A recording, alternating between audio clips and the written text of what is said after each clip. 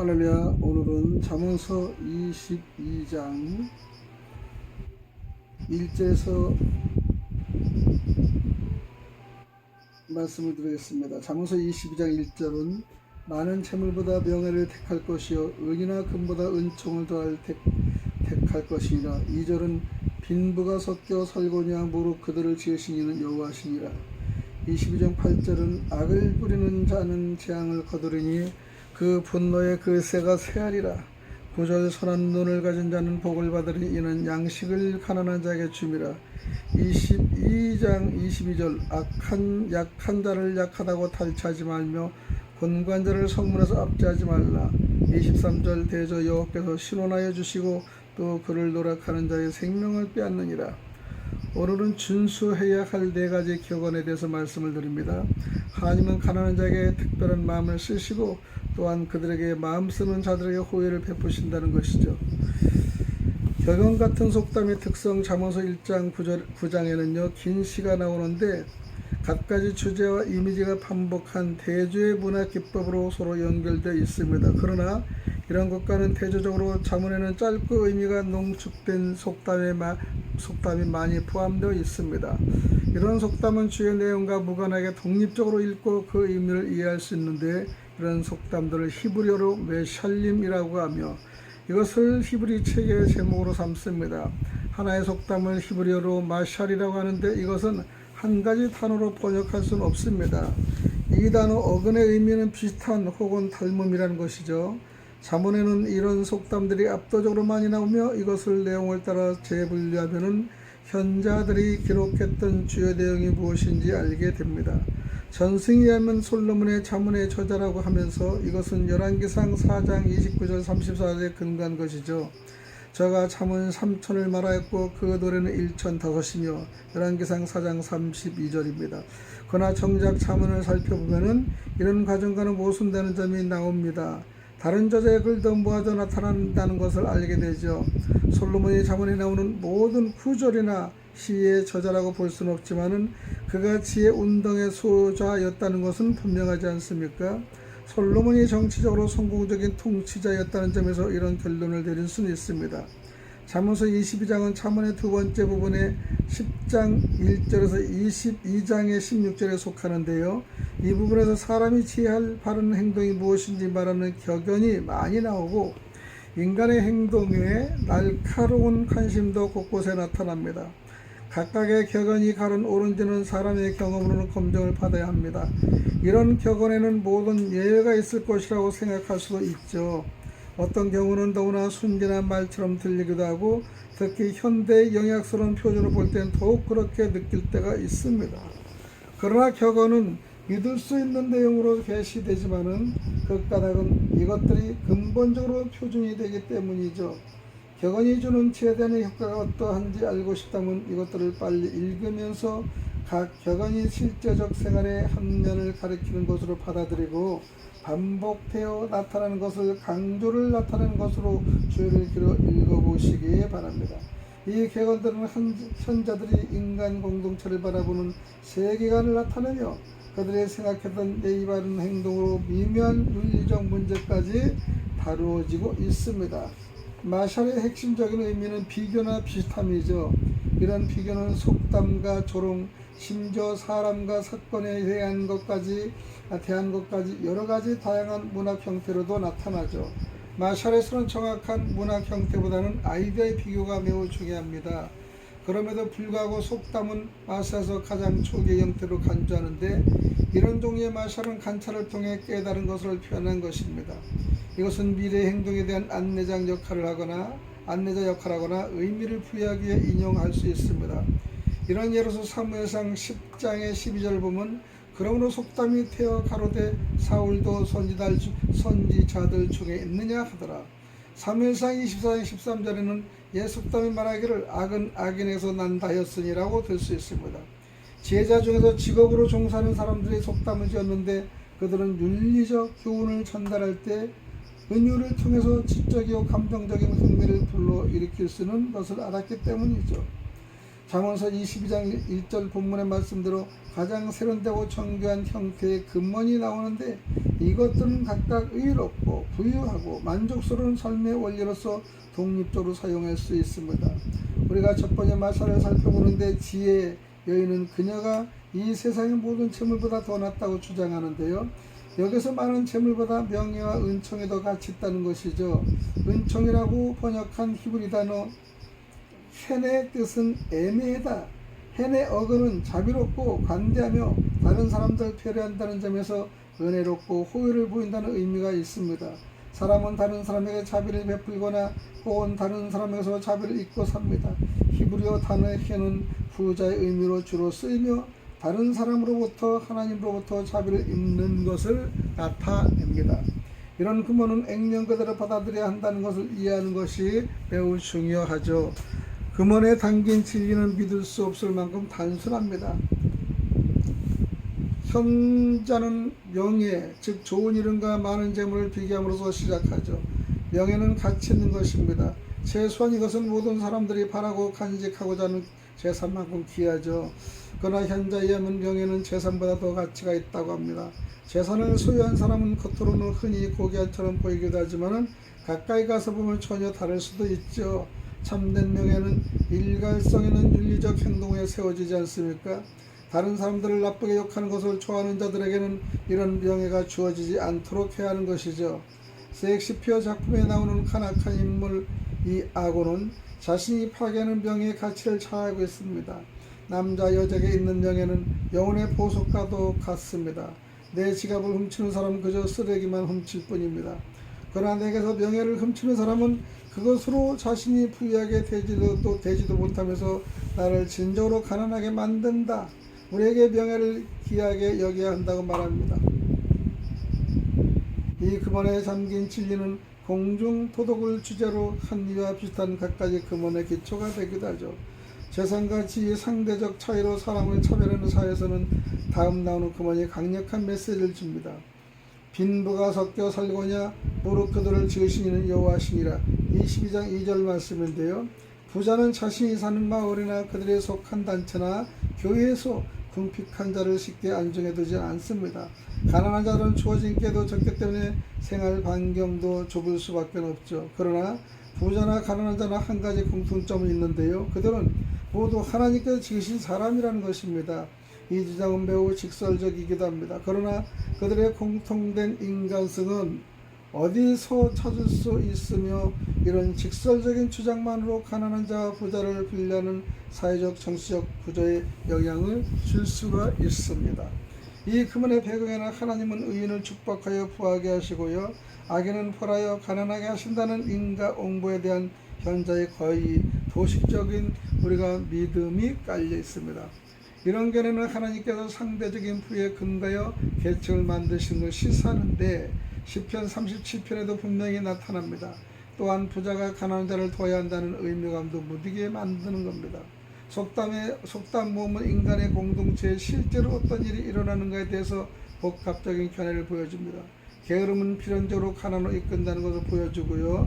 손으로 게으르게 놀리는 자는 가난하게 되고 손이 부지런한 자는 부하게 된다는 것이 10장 4절의 말씀을 인용하시기 바랍니다. 정직한 방법으로 부를 누릴 수 있다는 것을 나타냅니다. 지혜로운 자의 재물은 그의 멸류가 아니요 미련한 자의 소유는 다만 미련한 것이라. 잠언서 14장 24절입니다. 그러나 다른 한편으로는 부자는 그들의 부를 의지해서는 안 되고 11장 4절 28절입니다. 가난해도 평화롭고 조화롭게 사는 것이 싸우며 사는 것보다 낫다고 잠언서 15장 16절에 17절입니다.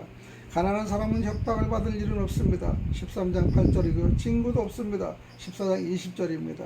이 압제를 견뎌내야 됩니다. 13장 23절이죠. 가난한 자들은 아무것도 가진 것이 없는 것처럼 보일지라도 그들에게는 가장 강력한 동맹이 있으니 곧 창조주입니다. 그러므로 가난한 자들을 학대하는 것은 가벼이 생각할 일이 아니고요. 지혜로운 자는 인간 공동체의 기초를 든든히 해야 합니다. 가난한 자를 압제하고 조롱하고 그들을 멸시할 뿐 아니라 자신을 베풀지 않는 것은 모두 적절치 못한 행동이라는 것이죠. 그렇게 행하는 것은 쉽고 돈이 드는 것도 아니지만 경건한 지혜자는 이런 일에 동참하지는 않습니다. 그러므로 부자와 가난한 자는 그들의 모두 조물주의 칭을 받았다는 사실에서 그 근원이 같고 비슷하는 것을 알아야 됩니다. 이런 관찰은 부자와 가난한 자들 사이에 어떻게 행동해야 할지 세세한 지침까지 제시하는 것은 아니지만 바른 행동에 대한 씨앗을 담고 있습니다. 지혜로운 자들은 이 현실에 대해 깊이 생각하고 어떻게 행동하여 마땅하니 궁리할 것입니다. 누구든지 이득을 얻기 위해 가난한 자의 약점을 이용하거나 빼앗거나 속이는 자는 그 대가를 지불받습니다. 이 금원은 애굽의 금원을 모아놓은 아메데 모펫의 금원을 본뜬 것의 일부라고 하는데요. 아메네 모펫의 금원은 1920년대에 고고학자들이 발견한 것인데 그 기원은 주전 1000년에서 500년으로 추정된다는 것이죠. 이 부분에 속한 금원은 교훈적 형태로 되어 있고 주위에 나오는 금원보다 약간 깁니다. 이것은 애국과 나중에는 이스라엘 교사들의 목적에도 부합한 것입니다. 잠언의 일부지만 이 부분을 속에는 서론도 있다는 것을 언급할 가치가 있으죠. 이 금원은 애굽의 지혜 사상에 담긴 종교적 사고의 영향을 분명히 보여줍니다. 애굽 사람들은 지혜를 특별히 귀하게 여겼습니다. 여신 마트를 숭배했습니다. 마트는 태초부터 있는 우주의 운행 원리를 형상화한 여신이고 의와 공의의 사회적 원리며 그녀를 본받는 자는 진실되게 살아야 했습니다. 애굽의 종교적 사상은 신이란 우주의 바른 원리를 제시하고요. 그의 능력으로 이것을 유지한다고 믿습니다. 이스라엘의 애굽의 교훈적 지혜를 활용했다는 것은 이 금원에 담겨있는 강한 인과응보 사상을 설명해 줍니다. 사람은 하나님을 숭배하고 경건하게 살아야 뿐 아니라 잘못한 일에 대해서는 당연히 벌도 받아야 한다는 생각을 애굽과 이스라엘 모두 공유하고 있습니다.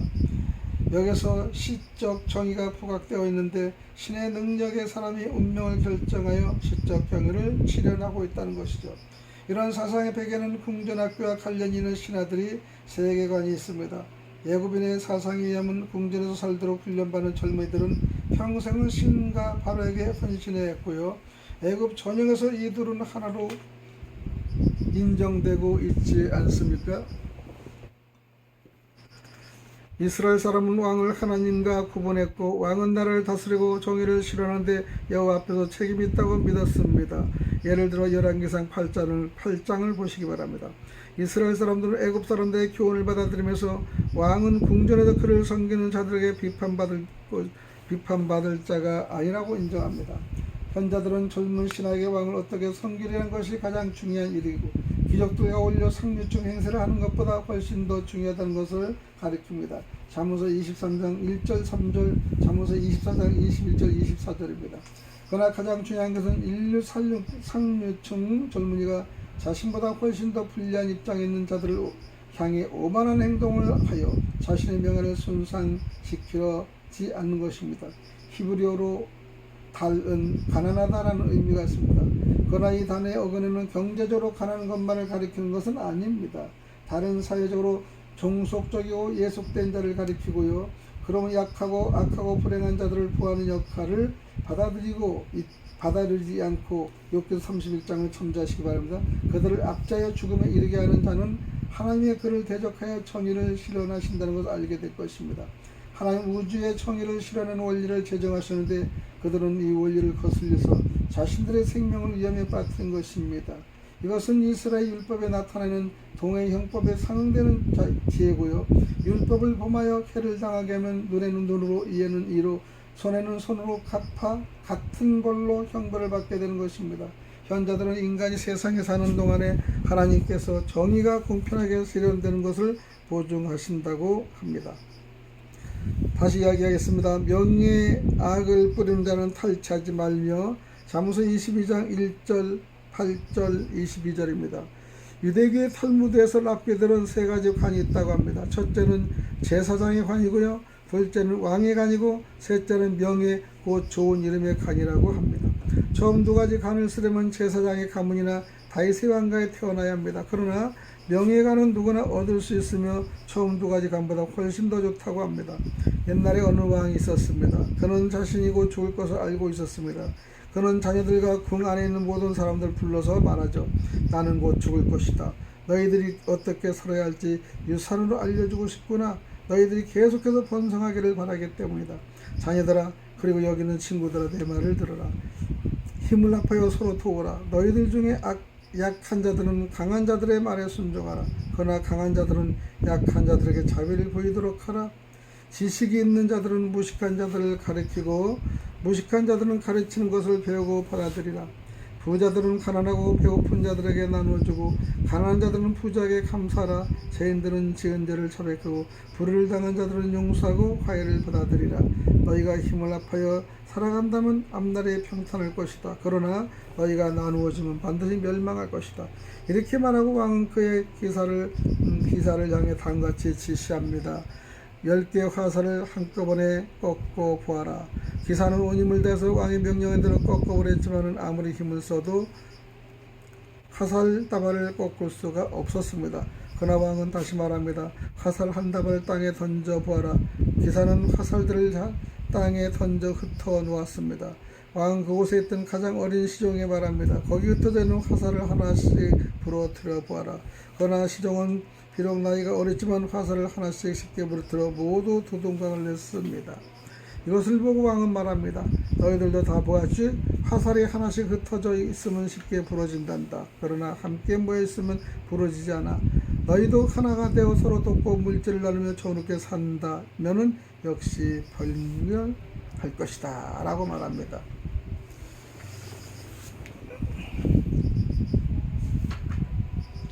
하나님께서는 부자와 가난한 자를 모두 지으셨다는 말은 부자에게 주는 경고라고 어떤 랍비들은 생각하죠. 누군가 와서 도움을 청하면 부자들은 이 지혜를 기억해야 한다고 그들은 말합니다. 그들을 부자로 만드신 바로 그 하나님이 또한 가난하게도 만들 수 있기 때문이죠. 또한 하나님이 가난한 사람을 부유하게 하여 언젠가는 두 사람의 운명을 바꾸어 놓을 수도 있다는 것입니다. 아무것도 가진 것이 없는 사람에게서 무엇을 강탈할 수 있느냐고 랍비들을 묻습니다. 가난한 자들 혹은 아무것도 할 수 없는 자들에게서 강탈하지 말라는 말씀은 충분히 가진 자는 가난한 자들에게 하나님이 요구하시는 자선을 베풀어야 한다는 말씀이라고 합니다. 이것은 가난한 자들이 들에서 추수를 하도록 허용하고 11절을 내서 고아의 가부와 낙원을 돕도록 해야 한다는 고대의 가르침을 포함합니다. 가난한 자들에게 주는 것을 거절하는 것은 가난한 자와 아무것도 할 수 없는 자들에게 강탈하는 것과 같지 않습니까? 또 어떤 랍비들은 가난한 자에게서 강탈하는 자를 향한 경고가 재판장에 적용된다고 말합니다. 만일 재판관이 분쟁이 있는 두 사람 사이에 가난한 사람에게 부당하게 판결을 내리면 그 재판관은 가난한 자에게서 강탈하는 것이며 하나님은 그의 생명을 차여 부정에 대해 깊이 주신다고 그들은 말하지 않습니까?